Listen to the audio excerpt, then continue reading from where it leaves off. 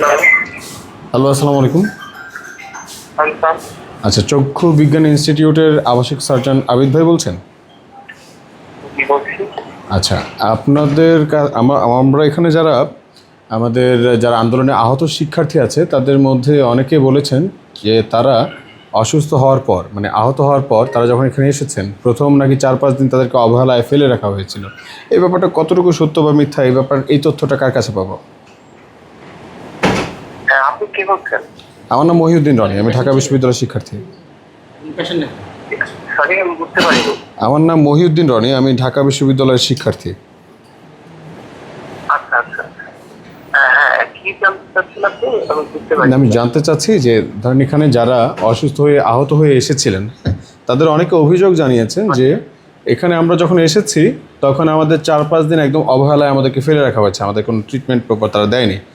এবং তাদের এখন যে চোখের যে কন্ডিশন, তারা অনেকে ভাবছে যে তখন যদি আমাদের প্রপার ট্রিটমেন্টটা হতো হয়তো আমাদের চক্ষু হারাতে হতো না, এরকম একটা অভিযোগ এসেছে। তো এই ব্যাপারে আপনারা কেন 4-5 দিন তাদের কোনো ট্রিটমেন্ট করেননি বা আপনাদেরকে কোনো নির্দেশনা দেওয়া হয়েছিল কিনা, এই ব্যাপারে একটু জানতে চাচ্ছি। কার কাছে তথ্যটা পাবো? আচ্ছা, আপনি এরকম যদি কোনো অভিযোগ থাকে তাহলে সেই পেশেন্ট সহ যে কোনো দিন অফিস আওয়ারে আসেন, আমাদের ডাক্তাররা আছেন, ডাইরেক্টর স্যার আছেন, তোমাদের সাথে কথা বলে দেখতে পারেন। আচ্ছা, আপনাদের ডিরেক্টরের নম্বরটা আমাকে দেবেন কি?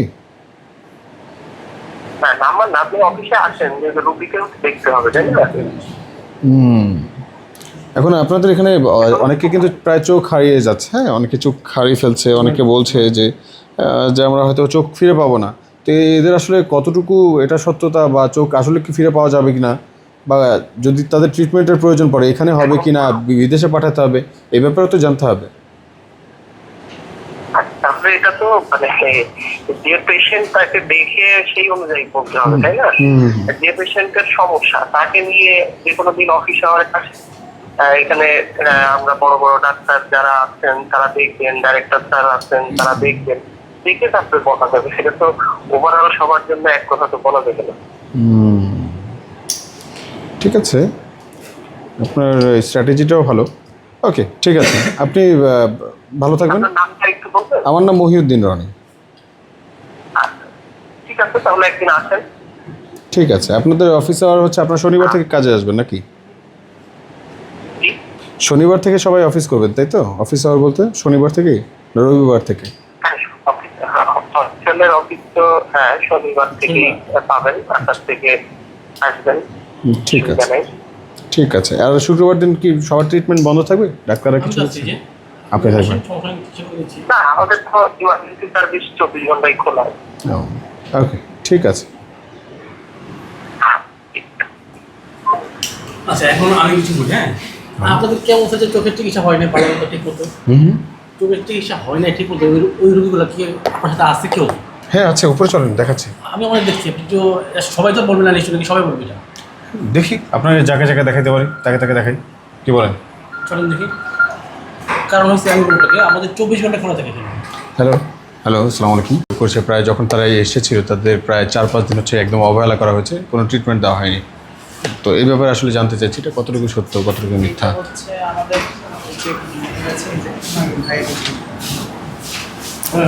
হ্যাঁ, কেমন আছেন?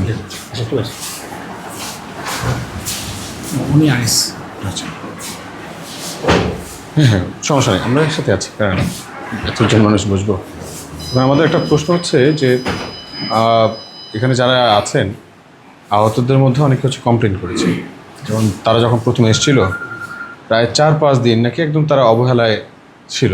এটার কারণ কি আসলে? এই ব্যাপারগুলো আসলে বললাম যে আমাদের হাসপাতালের কর্তৃপক্ষের কাছে আলাপ করতে হবে। এই ব্যাপারগুলো মানে আমার কাছে আপনি এই মুহূর্তে যেটা আসবেন হাসপাতালের চিকিৎসা নিয়ে, কর্তৃপক্ষ কার সাথে আলাপ করতে পারি বলেন তো?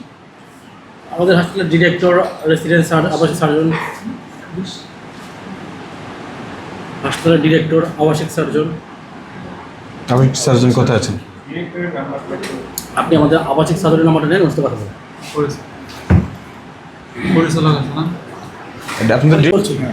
যেমন চোখের ভিতরে গুলি ঢুকছে, ওখানে আমরা বেশি কিছু করতে পারি না। আমাদের কাজ হচ্ছে চোখের যে আইবল বাইরের থেকে যেটা আছে ওটাকে শিলে দিয়ে ওটাকে ঠিক করে বসানো।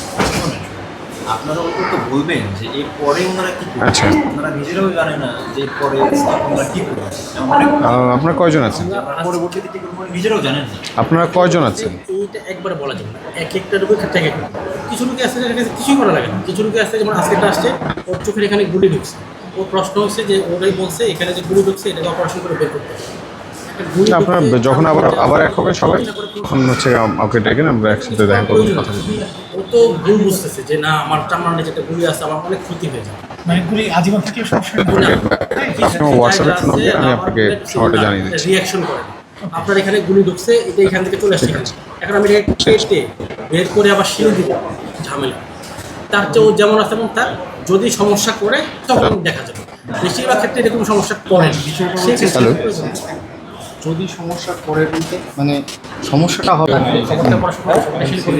যে ওনাকে জিজ্ঞেস করেন, ভাইয়া ইনি কি বলে শোনেন তো, কাহিনী কি? এখন আমি ওনার কাছে কথা বলেন, আমার আসলে কথা বলেন ওনার সাথে।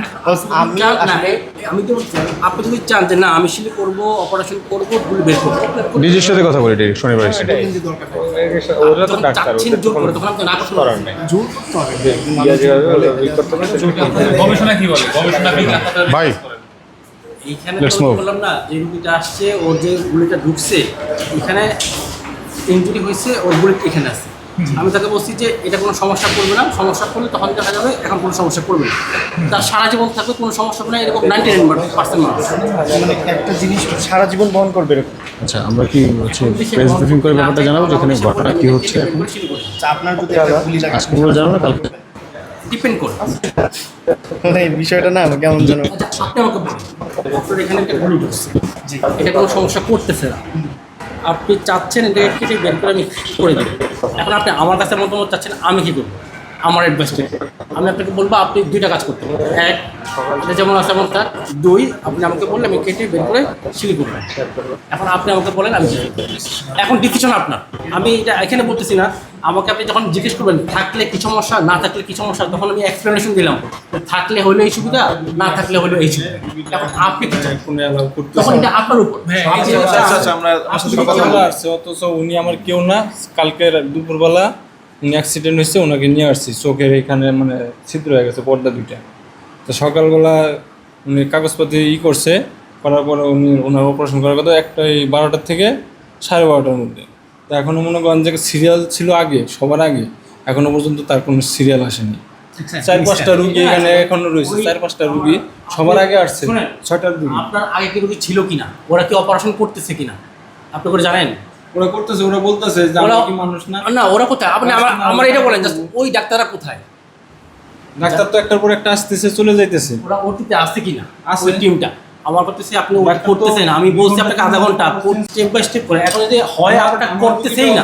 ইমার্জেন্সি রুগী, তার কারণে ঢুকছে, হাসপাতালে তার যা চোখের আসছে মধ্যে। ইমার্জেন্সি না কোনটা, সবাই তো বলে ইমার্জেন্সি, সবারটা ইমার্জেন্সি। আমার এখানে একটু বসে মারামারি শুরু করেছে যে আমি আগে বসবো এই চেয়ারে, আমি আগে বসবো, ও বলছে আমি মারিছি, ও বলছে আমি মারিছি, ওরা নিজেরাই রুগী মারামারি করছে। আমি জানি না যে ওনার কেউ নাই এখানে, উনি অসহায় একা প্রজেক্টে কাজ করে, উনিও মিস্ত্রি আমিও মিস্ত্রি। তো ওনাকে কেউ নিয়ে আসে নাই, পরে আমি নিয়ে আসছি এখানে। ঠিক আছে, এটা যে কোম্পানিতে মনে করেন যে অ্যাক্সিডেন্ট হয়েছে, কোম্পানি কোনো খরচা বহন করবে না। এখানে কোম্পানির সাথে আজকে এটা হলো পুতুল কোনাবাড়িতে, গাজীপুর। হ্যাঁ, এটা হলো ফ্যাক্টরি, মানে পুতুল তৈরি করে। হ্যাঁ, কোম্পানি একটা ফ্যাক্টরি। পেশেন্টটা এই যে এখানে আছে, আরো 4-5টা রুগী আছে সকাল থেকে এখানে। এমন যদি হয়তো যে ওটি নাই, হচ্ছে না, সবাই খালি আছে, রিল্যাক্স, তখন আমি বুঝতাম। কিছু টিম কিন্তু ভিতরে ওটি করতেছে।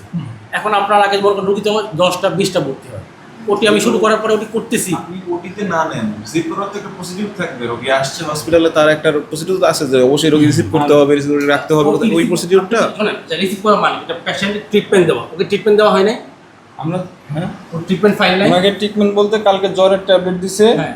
আর আমাকে একটা ওষুধ দিছে, মানে পায়খানার রাস্তাতে যেটা দেয় ওটা কিনে আনছি। এরপরে 11টা না 12টার দিকে মানে 2টা ট্যাবলেট দিছে নাকি। আমি তো আসছি 3-4টা বাজে এখানে, আমাকে বললো। ঠিক আছে, আমি ওখানে কোম্পানিতে ছিলাম, ওখানে অনেক কিছু মানে করছি, ওখানে কোনো অ্যালাউ করবে না, মানে একটা লোক যদি মারাও যায় তা ওখানে অ্যালাউ করবে না।